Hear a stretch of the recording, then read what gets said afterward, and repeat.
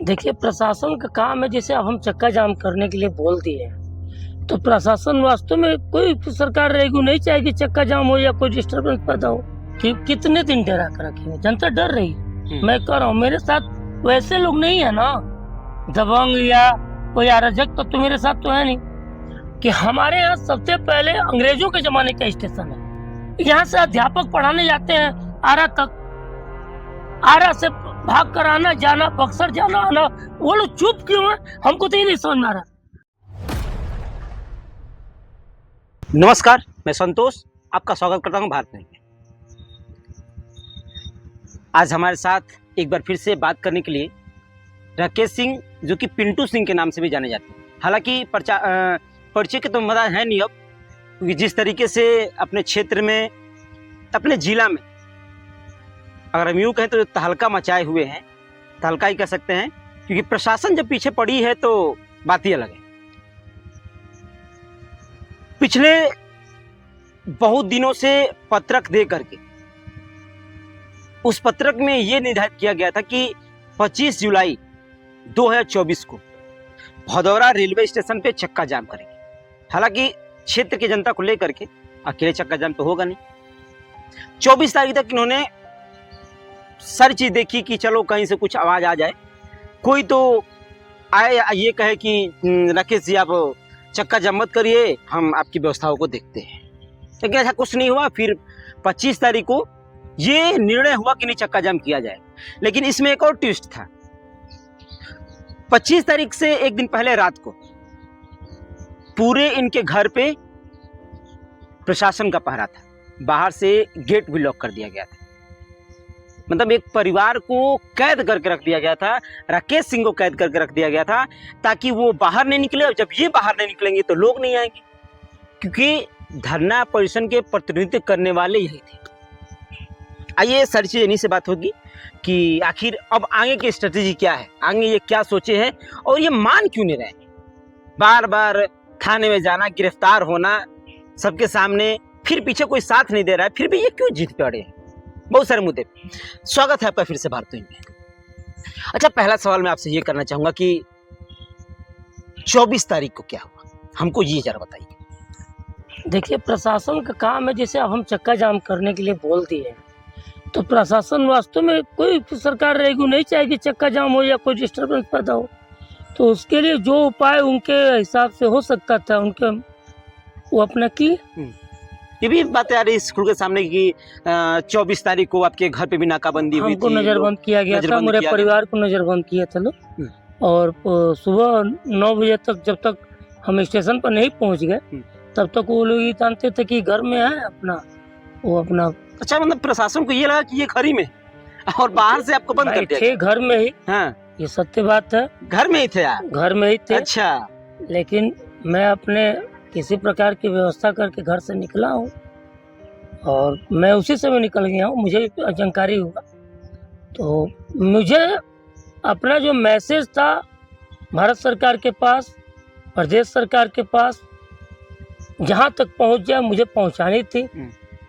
मैं उसमें कुछ हद तक अपने आप को कामयाब मानता हूँ। कामयाब मानते हैं लोग जो कि इंतजार कर रहे थे शुरू सुबह से ही। मैं भी वहाँ गया था लगभग 8:30 बजे करीब में। फिलहाल वहाँ पे लोग तो थे, लेकिन कोई ये कहने के लिए नहीं तैयार था कि मैं धरना प्रदर्शन में आया था। और रही बात कि वो आपका इंतजार कर रहे थे कि राकेश सिंह जी आएंगे तो फिर हम उनके पीछे रहें। देखिए, जनता, मैं पहले ही बोल रहा हूँ ना कि कितने दिन डरा कर रखेंगे, जनता डर रही है। मैं कह रहा हूँ मेरे साथ वैसे लोग नहीं है ना, दबंग या कोई अराजक तो मेरे साथ तो है नहीं। मेरे साथ कौन है? बढ़िया वर्ग है, जिनको दुकान खोलना है, शाम को बंद करना है, परिवार के लिए जीना है। दिक्कत जिनको हो रही है, मेरे साथ कौन है? यात्रीगण है। मेरे साथ कौन है? अध्यापक है। मेरे साथ कौन है? विद्यार्थी हैं। मेरे साथ ऐसे ऐसे लोगों का समूह है जिनको वास्तव में ट्रेन की जरूरत है। आपको एक छोटा सा उदाहरण देता हूँ, आप भारत न्यूज लीजिए और पूरी जनता के बीच में जाइए। बक्सर और मुगल सराय के बीच में यहाँ कोई एक एग्रीकल्चर कॉलेज आपको नहीं मिलेगा। वो आपके भदौरा में है जी। ITI, BEd, BTC, सारा व्यवस्था, सारी पढ़ाई यहाँ हो रही है। दूर दूर से लड़के आकर यहाँ पढ़ाई करते हैं। अध्यापक पढ़ाने आते हैं बक्सर से लेकर दूर दूर तक। आप उन जाकर पता तो कीजिए वो कैसे आते हैं, कैसे जाते हैं, किन तकलीफों से वो बच्चे सुन रहे होंगे वीडियो, पहुंचाइए। सब सुन रहे हैं, सब सुन रहे हैं। चंद्रशेखर महाविद्यालय बना है, 3000 सच्ची बच्चियां, बहुत बढ़िया अच्छा महाविद्यालय, खासा महाविद्यालय बना है, सारी चीज बहुत दूर दूर फार्मासिस्ट से वाला भी, लड़कियां आती है पढ़ने, एग्जाम देने आती हैं, फार्मासिस्ट कॉलेज भी हो गए हैं। बहुत कुछ है। तो आप पता तो कर देखिए, दिक्कत ये है कि हमारे यहाँ सबसे पहले अंग्रेजों के जमाने का स्टेशन है। उस समय शायद बहुत सारे स्टेशन नहीं रहे होंगे, जो हाल्ट वगैरह जो तो ये कोई स्टेशन नहीं रहा। अपना इतिहास उठाइए, खंगारिए इसको, भारत संघार खंगारे। मेरी एक एक बात, मैं यही तो चाहता हूँ कि मेरी बातों की मुझे क्यों आप जैसे उग्र होना पड़ा। मैं बार बार क्यों जा रहा हूँ। मैं कल अभी एसडीएम साहब को फिर पत्र दिया हूँ। हाँ, मैं मानने वाला कल नहीं हूँ, पोस्ट हम भी देखे थे कि मैं मानने वाला नहीं हूँ, अपने माने। मैं चाहता हूँ सर्वे, मेरी सारी बातें नोट कीजिए, डीएम साहब को दिखाइए, जो वो आप उनसे पूछिए पूरी बातें। मैं पॉइंटली बात कर रहा हूँ ना कि पहले भदौरा स्टेशन था, फिर भी भदौरा स्टेशन था उस जमाने में, तब भी एक्सप्रेस बरेली पैसेंजर ये वो जो गाड़ियां चलती थी, टाटा सुपरफास्ट रुकती थी, वो सब पुराने जमाने की बात है। भदौरा से भदौरा ब्लॉक बना, फिर भी हमारे यहाँ व्यवस्था नहीं पड़ा। भदौरा ब्लॉक, आप भाई देखिए, आप व्यवस्था बनाते जा रहे हो। भदौरा ब्लॉक से आज सेवराई तहसील हो गया और आप लोगों को समझ में नहीं आ रहा। मैं यही चीज तो बताना चाहता हूँ। एक मतलब मार्केट जो भदौरा सेवराई तहसील है, वो एक मिनट की विकसित हो रहा है। विकसित पहले 30 दुकानें थी, आज के 40 साल पहले 30 से 300 दुकानें हुई।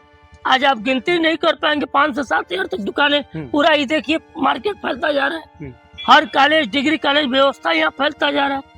मैं कह रहा हूँ ना, क्या पता कीजिए, बक्सर से लेके और मुगलसराय के बीच में एग्रीकल्चर कॉलेज कहीं है तो भदौरा में दानापुर आरा से लेकर मुगलसराय तक के बच्चे यहाँ आते हैं पढ़ने के लिए। तो आप सुविधा नहीं बढ़ाओगे, व्यवस्था यहाँ मांग रहा है। ये मेरे कान में आवाज जा रही है, यहाँ से अध्यापक पढ़ाने जाते हैं आरा तक, आरा से भाग कर आना जाना, बक्सर जाना आना, वो लोग चुप क्यों है, हमको तो ये नहीं समझ में आ रहा। मैं किसके लिए बोल रहा हूँ? अब दुर्भाग्य है, इतना सब सुन रहा हूँ आप लोगों की वजह से, और आप लोग अभी भी चुप है। हमारे गांव के कई एस्टेट टीचर हैं जो जाते हैं आरा पढ़ाने, बक्सर जाते हैं पढ़ाने। हमारे स्टेशन को जो आमदनी होता है वो दूसरे स्टेशन से एमएसटी बना कर इधर घूम रहे हैं। यहाँ के व्यापारी, यहाँ का पैसा दूसरे जगह जा रहा है। यहाँ पर आप एक ट्रेन रोक दिया हाल्ट पर, यहाँ के लोग मजबूरी बस 2 घंटा पहले टिकट कटा कर या ट्रेन पकड़ के जाके जा रहे हैं। ये क्या मतलब है? मुझे किसी से चिढ़ नहीं, आपको जहाँ जो व्यवस्था देना हो दीजिए, लेकिन मुझे क्यों बर्बाद किया जा रहा है भाई? मेरा सवाल यही है। अने तो लोग कह दे कि सारी जो बातें कह रहा हूँ ये गलत है। मैं तुरंत आपके मीडिया के माध्यम से कह रहा हूँ कि दूसरे दिन मेरी आवाज आप कहीं सुन लेंगे तो फिर जो कहिएगा। नहीं तो हमारे यहाँ जो समस्या है इस तहसील में, ये तो स्टेशन है, मैं हर उस तहसील के समस्याओं के लिए आवाज उठाने के लिए बात हूँ। ये तो लोकतंत्र है भाई, ये हमारे जो जनप्रतिनिधियों का कार्य था, मुझे करना पड़ रहा है। तो अब इसमें जिसको जो विश्लेषण करना है, जिसको जो आलोचना करना है, जिसको जो तारीफ करना है, करते रहे। मैं आलोचना और तारीफ के लिए काम नहीं कर रहा हूँ। ये मेरे माइंड में सेट हो चुका है कि ये व्यवस्था चाहिए, तो मैं लड़ता रहूं।